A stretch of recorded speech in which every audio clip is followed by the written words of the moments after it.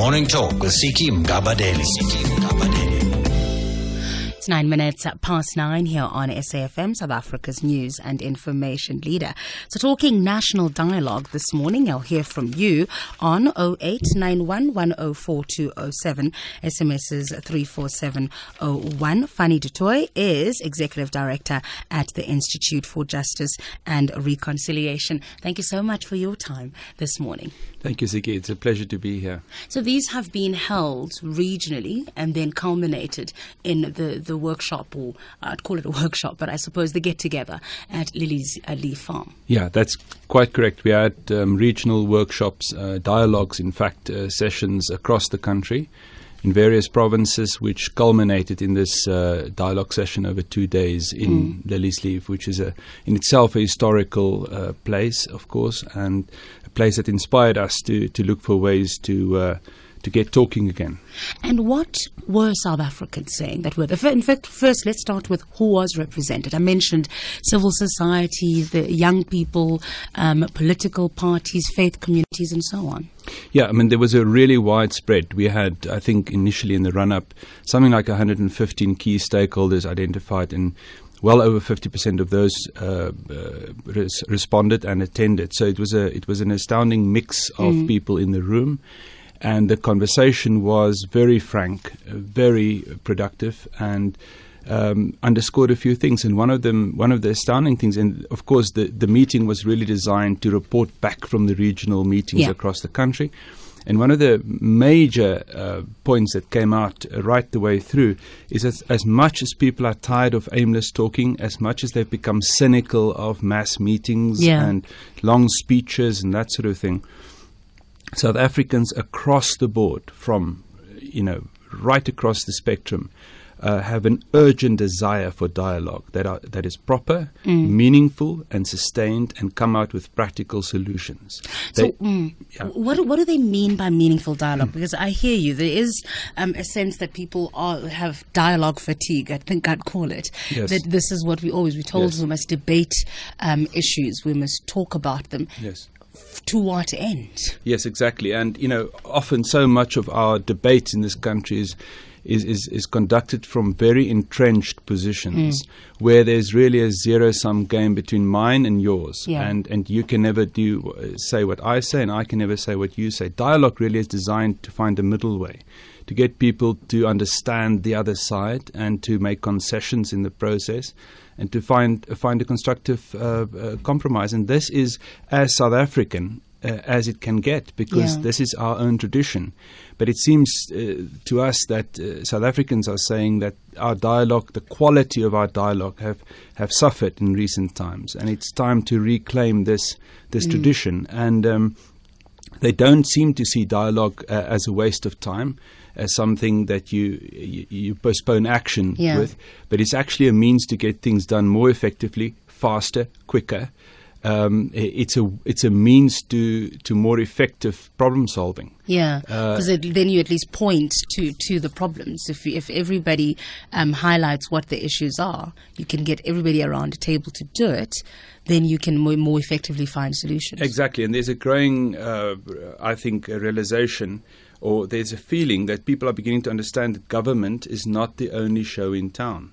That there is, in fact, a need, as the National Planning Commission said, and as many others leaders have made the point recently, for active citizens to take and do their part and really collaborate with government. And this theme of finding ways to walk together really is about that. It's about saying this is not in the first place, an agonistic or a hostile setting up of civil society vis-a-vis other role players, but it really is about taking hands and saying, how can we collaborate more effectively for a series of very pressing problems that we are facing right now? How do we get around that initial point that you made, and the initial, I think, the biggest problem that we sit with, and that is that we are in camps. We do have entrenched positions, and it's very, very difficult for someone to actually take pause and use the two ears to listen and the one mouth to shut up and speak only once they've understood.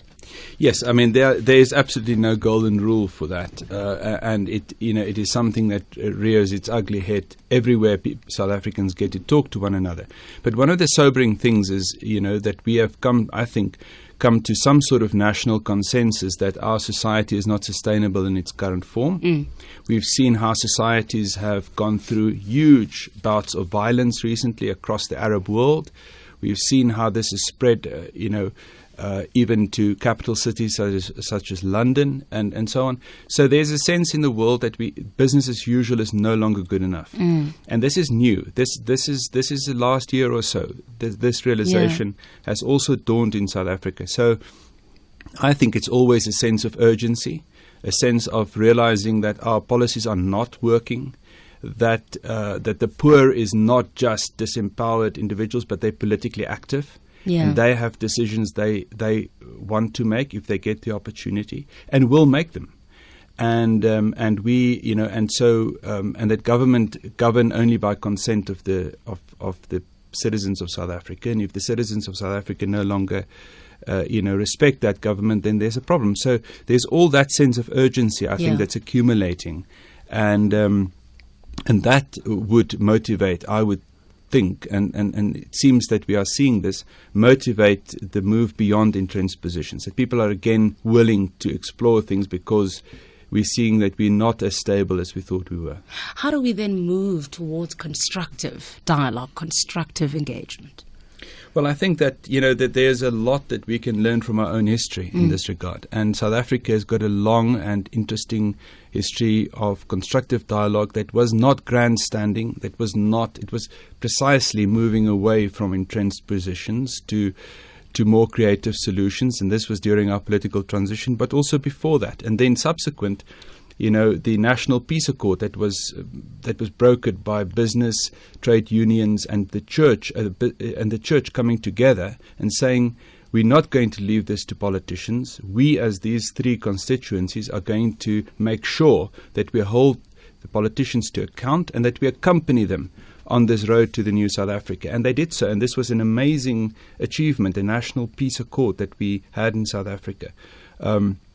So, how do we move beyond it? Well, we get together and we talk seriously, and I don't think we get together in necessarily large numbers. In large groups, yeah. But we do get together in there was recently a meeting between top farmers and the ANC Secretariat talking about land distribution. This is the sort of meeting, I think, that we have to have a lot more of, where constructive two camps can sit down, have a concrete problem, and talk it out.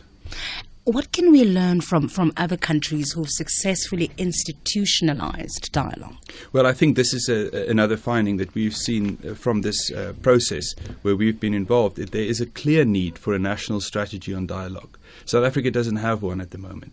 In fact, we are obliged under the African Union Treaty to have a national institution for conflict mediation. And it's a trend now across Africa. We see countries actually institutionalizing dialogue in the form of one or other major national institution, a permanent institution. Zimbabwe, Mozambique, Kenya, Uganda, Burundi, Rwanda, Sudan all have either commissions of national integration or national healing or reconciliation. And I think, South Africa needs to think very carefully. We dismantled the National Peace Accord at the time, thought that this was now the job of our government. But clearly one needs, in the tradition of our Chapter 9 institutions perhaps, some sort of institution that can drive this, but then facilitate organic dialogue so that lots of this can happen at the grassroots as well. But wouldn't you say that something like the South African Human Rights Commission plays that pseudo role at the moment? I think the Human Rights Commission has a hugely important role in South Africa. I think it's probably one of the critical institutions. Question is how are they able to cope with the sheer magnitude of watching out for human rights, because human rights abuse, that's their primary focus, not conflict mediation. So I would argue that the Human Rights Commission, although they do a fair bit of this, that's not their primary function or their primary mandate. Their primary mandate is to make sure that South Africans' human rights are honoured and respected. And that's a slightly different focus to trying to find creative ways to solve problems together. So if we had to put an institution together that deals with all of this, what do you think the key ingredients in that particular institution would need to be? Well, I think it would have to be, first of all, credible. So, from whichever racial, ethnic, political, or economic class or background you come from, people would have to feel they can approach this body. So it will have to be credible. That means a non-political, bipartisan leadership. It would have to also be accessible to people. And it would have to be empowered. It would have to have a proper budget that it can work from, and so it's going to cost some money. But if you look at the kind of government reports that we've seen recently, and the Summit on Social Cohesion, for example, the National Planning Commission's report on that one of the 9 points mentioned there emphasizes the need for social cohesion, the invitation of the President on numerous occasions for an active citizenry to engage government and so on. Then this is in line with what we are all thinking. And it should really be something that shouldn't be too difficult to conceptualize. It is interesting, when I was at the Social Cohesion Summit, the sense I got when I walked out of there was that there's a definite need for a platform for people to, I'm going to use the word vent, and I mean it in both the positive and the negative, to vent.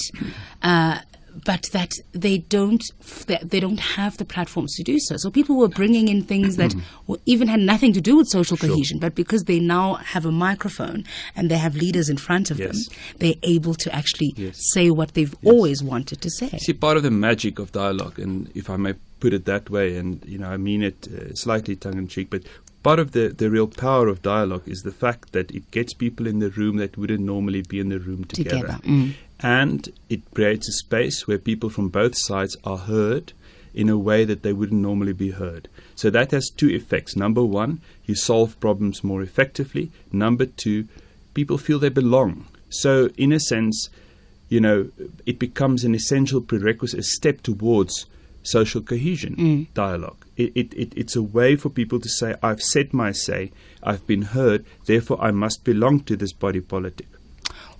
We're going to pick up on that and take some calls as well from South Africans. Let's get the dialogue going on 0891 104 207, SMSs to 34701. Morning Talk with Siki Mgabadeli. In conversation with Dr. Fani du Toit, who's Executive Director at the Institute for Justice and Reconciliation. Let's take some calls. Let's hear from Moro in Cape Town. Hi, Moro. Moro. Hello. Morning. Good morning. I think that maybe that my name is badly pronunciation is Mauro. Mauro. Maybe. Oh, right. Hi, Mauro. Yes, well, I need some attention because I've been waiting for quite a while. Well, you've got the attention. No, I mean, what the gentleman said, it's the best which has been told in the last year because the concept is very clear and touches the problem. I've been trying, probably you remember me, many times to contact and to inform about my research for the squatter camp solution. And also the media, which is supposed to be impartial, I found that, as the gentleman said, is entrenched. Lots of these institutions which are supposed to help are entrenched, and that is the problem. Anyhow, my important information about the point where they start this dialogue, which is very important. In Cape Town, at the Italian Club, the 1st of August, at 7:30, there will be a meeting touching this problem or how to solve this disgraceful process of the informal settlement. Okay. What is going to happen in this meeting? Private people who have been working on this concept, of which I am the designer. I am an architect with a social preoccupation, not only money. This company, which have been helping me in the process, Yeah. they will formulate the conditions which they can participate, because the authority are talking very often of this private participation. But there is no way in which they indicate how this can be done. Okay. These people working in a municipality, other institution, they get fat salaries. So I don't know how they may expect that people putting an expensive research into this problem, they can do things for nothing. Okay. So during this meeting, Yeah. we try to meet the starting point and telling to the authority, hoping that they will come, because very often they don't even come. They ignore this private initiative. And any person who is interested in this participation are welcome. The 1st of August, Wednesday, at 7:30, in the restaurant of the Italian Club. Okay. And why we do in the restaurant? Because you need to motivate people to give something. And obviously, being the Italian Club, what do you think that we can give at the Italian Club? Food. We'll give pasta. Okay, you'll give lots of pasta. Is there a number, Mauro, please listen to me. I would like to have you at the club, but maybe this will happen in the future. All right, So Mauro. any person interested in having Mauro, more listen to information, I me, give my telephone Mauro. number. Mauro, please listen to me. What I'd like to ask is there a number that people can call if they'd like to participate? Mauro? Yes. Is there a number that people can call? 021 Yeah. 439 439 3215. 3215. All right. Thank you. Thank you. Bye. James in Joburg. Morning. Hi, good morning. How are you? I'm fine, James. Great, thank you. I just wanted to say, look, I was listening to your comments earlier on regarding... Can you hear me? Yes, I can. Okay. Regarding how you might have thought that there is a bit of, fatigue in terms of dialogue. The stigma is that people are tired of talk. Yeah. But I seriously, disagree with both of you. I'd like to just highlight why. I believe that South Africa is based, the basis of who we are in Southern Africa, the reason why we're so advanced as an economy, as a people, is because of dialogue. Dialogue breaks down the barriers of culture, dialogue breaks down stigma, and I think that is one of the reasons why South Africa is so advanced, because it's outspoken. The fact that I can actually call you and air my view, is not simply just communicating and talking. Other people are learning from it. Yeah. And also what it does is it stops me from bottling things in as a South African individual. And one of the things that I've picked up is that in some countries, that particular culture has actually, stopped development. Look at Zimbabwe, for instance. I'm Zimbabwean. Yeah. One of the reasons why Zimbabwe is not progressing is because there's a cultural, what I suppose people can't express themselves because of cultural issues. And that has been broken down in South Africa. Okay. Now, one of the things that I think needs to be done is question who dialogues. This is the trick. Yeah. Who is dialoguing? Who are you approaching? Look at what President Zuma did quite recently. He went around the country and he dialogued with people. He said, I want to talk to you. I just want to talk to everybody. It doesn't matter who you are or, what level of the structure culture in society you are. I want to talk to everyone. That was brilliant. And I think we need to see more of that. But we do agree with you. I think, you might have misunderstood. We didn't say that there is fatigue. I was putting the question that I know is going to come, that people say, in fact, here's an SMS here that says, what is it? We are tired of talk shops. The other day we were told that President Zuma, unlike many before him, is a doer, a practical man. How we were so fooled. Sorry, we are just tired of talk shops. So I'm merely reflecting that there are people who are going to feel that way. So there are essentially two arms. There's the dialogue arm, and then there's the actioning arm. Yeah. And whichever, I think dialogue is good in South Africa. I think it's definitely progressing, and it's progressive. But I think maybe the doing arm is the arm that needs to be challenged. And I also just while I have the opportunity, I want to thank these guys for creating that dialogue, and I actually want to thank them for introducing the opportunities for international politicians to actually come by, because that puts weight to the dialogue that happened quite recently. All right. Thanks, James. That's James in Johannesburg. Peter, stay on the line. I've got to take headlines. And let's hear from Peter in Grahamstown. Hi, Peter. Hi, Siki. Hi there. Dialogue, talk. At the risk of people getting tired of my voice, I'm pretty sure that they don't get tired of your voice. You speak so beautifully.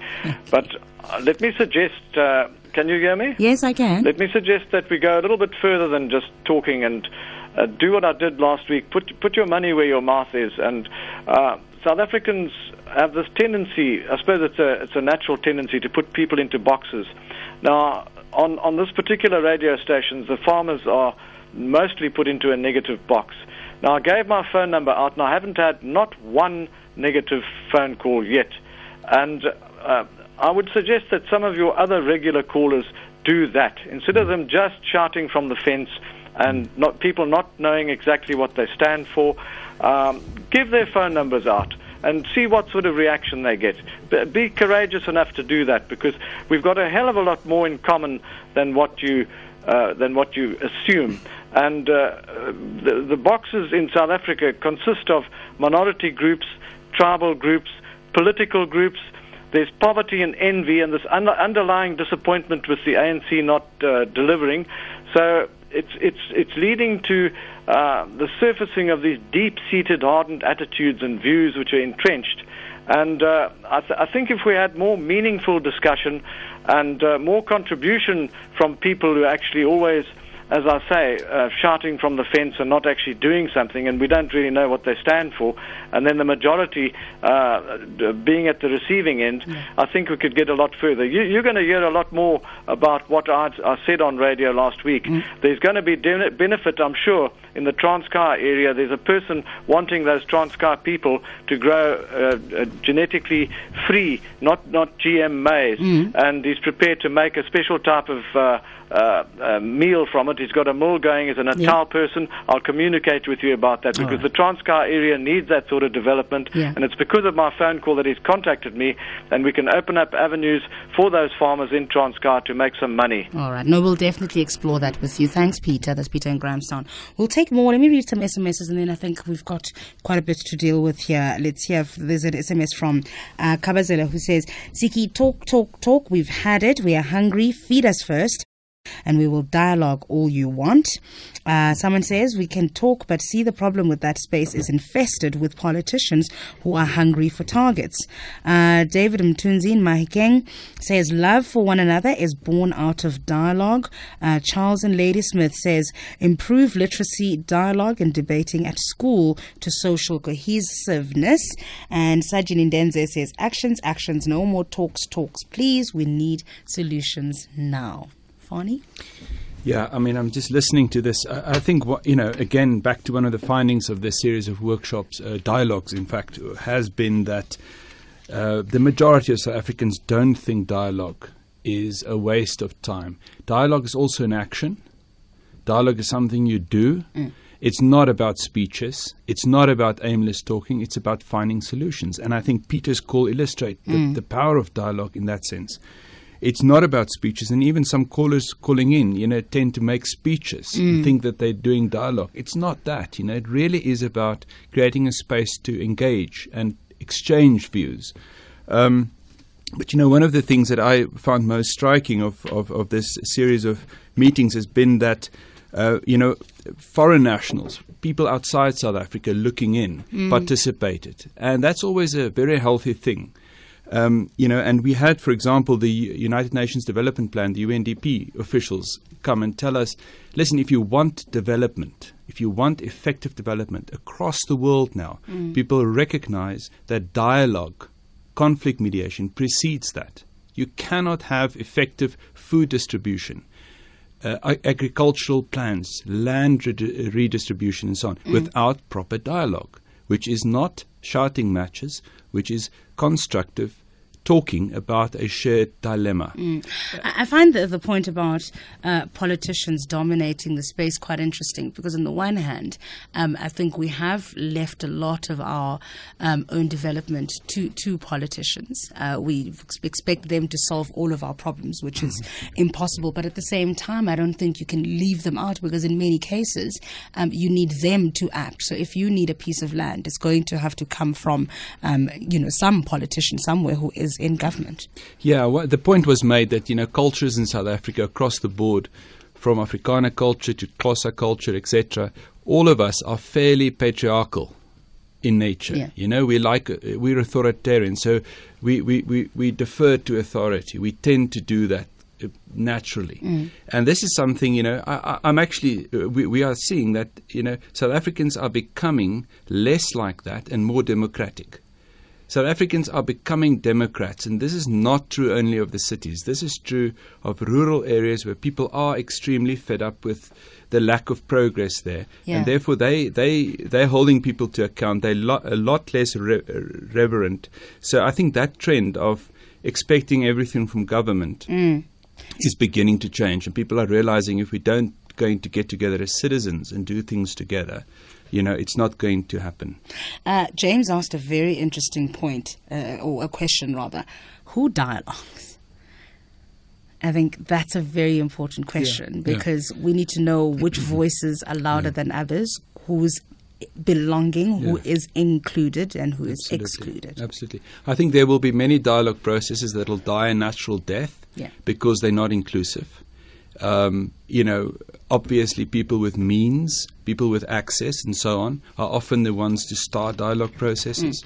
But if those dialogue processes are not honestly expanded to include voices that are normally not participating, that are silent, those dialogue processes tend to peter out and die a natural death. So who dialogues? Well, the ideal opportunity, the ideal situation probably is for people who don't normally talk to one another to be in the same room. People who don't normally talk but yet share a problem with each other. And lock the door. Lock the door and don't come out before they've reached, some sort of way forward. Yeah. All right. Let's hear from Amrit in Cape Town. Hi, Amrit. Hello, good morning, Vicky. Hi. Good morning to your guest. From which organization is your guest, Vicky? The Institute for Justice and Reconciliation. Reconciliation. Right. Now, I am a blind person, right? I'm completely blind, right? Now, I'm concerned about the law-abiding people in this country, right? The people are getting fed up of the high crime in our country, right? The people want freedom and we want to live in peace and harmony, right? Now, there must be a transformation in our prison system, right? And there must be better services in our prison services, right? And there are prisoners who are dangerous prisoners who are incarcerated in prisons for many years, right? And it is time that the clergy people go to these prisons and spread the message of spiritual growth to these prisoners, right? And then we must see what is going to happen after a few years while these clergy people go and spread the message to the prisoners about spiritual growth, because it is time that they found a good solution to the high crime in this country. Thank you, Fige. All right. Thanks, Amrit. Mashudu in Malvern. Ooh, hi. Hi, good morning. How are you? I'm well, thanks, Mashudu. Yes, and a warm good morning to your guest today. Good morning. Yes, I am very, very encouraged that there are people like you and then and the institutions such as that. Where I can start is that, as a South African, a lot of injustice has been done by the previous government and then the present government. If there are people who are destroying everything or who are sabotaging every effort, it's the present government and the previous government. So yes, dialogue, that's the best thing. People are not tired of talking. Those who say that, no, we are tired of talking, this and that, those are part of people who are sabotaging the development of the country. All right. Yeah. Yes, so, I am very happy, and then let us talk. Normally, let there be people, ordinary people. You must not be afraid of anything. Politicians, they represent very, very little. If you can look at our political party, if you can look at their card-carrying members, you can see that there are very, very few people. Where are all other people?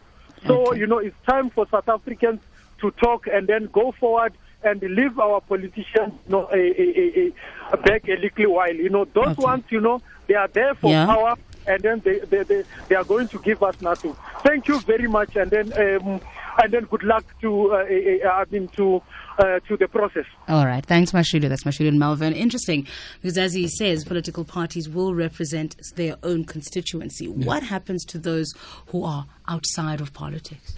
Well, I think that political discussions, political decision making, can not only happen on the agenda of political parties.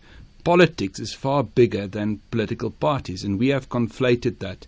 There was in the past a people's movement that encompassed all sorts of interest groups that ran wide and deep in society. Now, that people's movement, I don't think we have the equivalent of that today.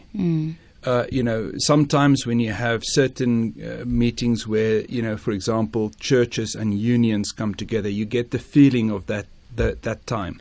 But that's really what we need. We need spaces where people can talk politics, make decisions, hold politicians accountable, local government politicians, that are not designed and manipulated and structured by political party interests, but that are free spaces where people can actually engage.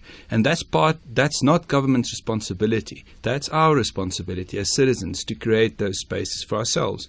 We are entitled. Government is our servants. They're there to serve our interests, not the other way around. And that is a very important message that I think is beginning to dawn on South Africans. Anthony in the West Rand. Morning. Good morning, Siki. I want to fully support what your guest is saying. I'm currently in discourse, dialogue with the Capital Institute in New York. This was founded by John Fullerton, who'd spent 18 years with J.P. Morgan. He got out of it because he realized there was something wrong. Now, I would like to commend your guest to Google the Capital Institute, because they are leading the whole movement, which they call Take Back.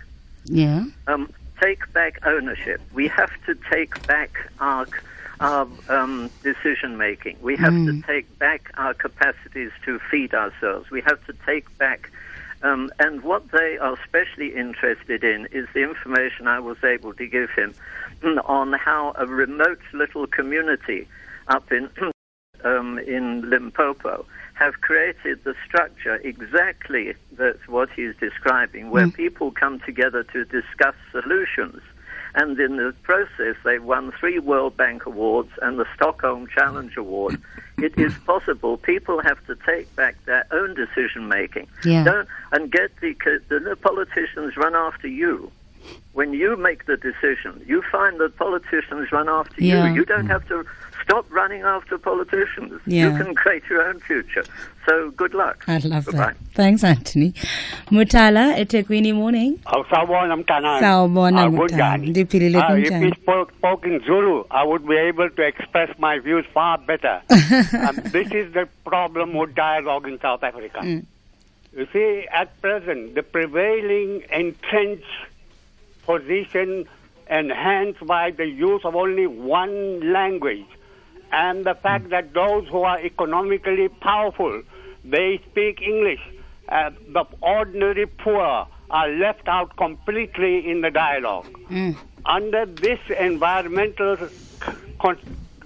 circumstances, dialogue can only be really meaningful when the majority poor become active participants.